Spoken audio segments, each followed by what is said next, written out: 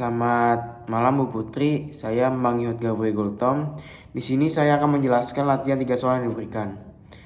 Nah, di sini yang pertama itu menentukan keempat bilangan kuantum dan letak golongan serta periode golongan A pada suatu unsur.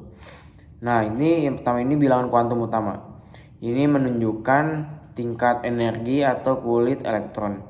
Nilai N atau bilangan kuantum utama ini itu bilangan bulat yang positif seperti 1, 2, dan 3 dan seterusnya. Nah, yang kedua ini ada bilangan kuantum azimut. Menentukan bentuk orbital, nilainya bergantung pada N dan berkisar dari 0 hingga N-1. Nah, ini cara menentukannya itu I sama dengan 0 itu di orbital S, I sama dengan 1 itu di orbital P, I sama dengan 2 di orbital D, dan I sama dengan 3 di orbital F. Lalu kita masuk ke bilangan kuantum magnetik. Ini menunjukkan orientasi orbital dalam ruang. Nilainya berkisar antara -1 hingga +1. Nah, lalu kita masuk ke bilangan kuantum spin atau simbolnya ms.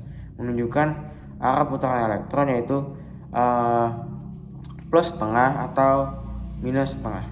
Ini contohnya ini unsur oksigen yang bentuknya O yang memiliki nomor atom 8. Nah, itu kan elektron terakhir pada di kulit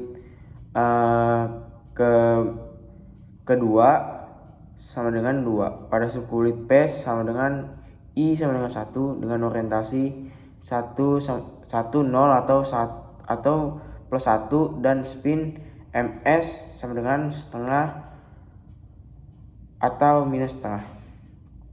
Nah, golongan dan periode golongan. Nah, golongan A adalah golongan utama dalam tabel periodik. Nah, oksigen terletak pada golongan 6A dan periode 2. Yang kedua itu soal itu jelaskan penentuan keempat bilangan yang letak golongan serta periode golongan B pada suatu unsur. Golongan B adalah golongan transisi tabel periodik yang berisi unsur-unsur dengan konfigurasi elektron pada subkulit D. Nah, ini contohnya ini untuk unsur besi yang memiliki atom 26. Nah, elektron terakhir pada besi berada di subkulit 3D. Nah, berarti itu N-nya tuh ada 3 dan I-nya sama dengan 1. Nah, elektron terakhir ini dapat memiliki bilangan kuantum magnetik. Itu seperti -2, -1, 0, 1, 2, dan spin ms-nya itu ada setengah atau minus setengah. Nah, golongan dan periode B. Nah, ini biasanya terletak pada golongan 8B dan periode 4. Nah, yang ketiga ini cara menentukan bentuk molekul menggunakan teori FSPR pada suatu molekul. Nah, teori FSPR itu digunakan untuk menentukan molekul berdasarkan pada revolusi antara pasangan elektron di kisar atom pusat. Nah, berikut ada langkah-langkah untuk menentukan bentuk molekul. Yang pertama itu ada tentukan jumlah pasangan elektron di sekitar atom pusat. Lalu pasangan elektron ini termasuk pada ikatan atau yang berasal dari ikatan antar atom dan pasangan elektron bebas. Yang kedua itu identifikasi geometri elektron. Berdasarkan jumlah pasangan elektron, baik ikatan maupun pasangan bebas. Nah, itu 2 pasangan, itu garis lurus, itu artinya itu linear. 3 pasang, segitiga datar itu trigonal planar. 4 pasang itu tetahedral, 5 pasang itu piramida trigonal, 6 pasang itu ada dodahedral.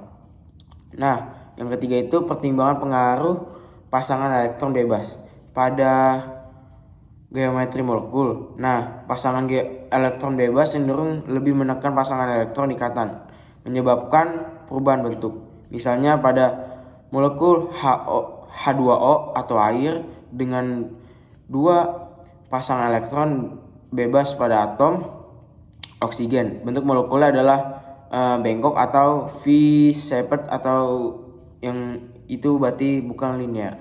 Nah, contohnya itu untuk molekul CO2 atau karbon dioksida. Nah, atom pusat adalah karbon dan ada 2 ikatan dengan 2 atom oksigen. Nah, jumlah pasangan elektron di sekitar karbon itu 2, itu semua ikatannya. Bentuk molekulnya adalah linear. Nah, sampai situ aja penjelasan video dari saya. Kurang lebih ada mohon maaf. Terima kasih.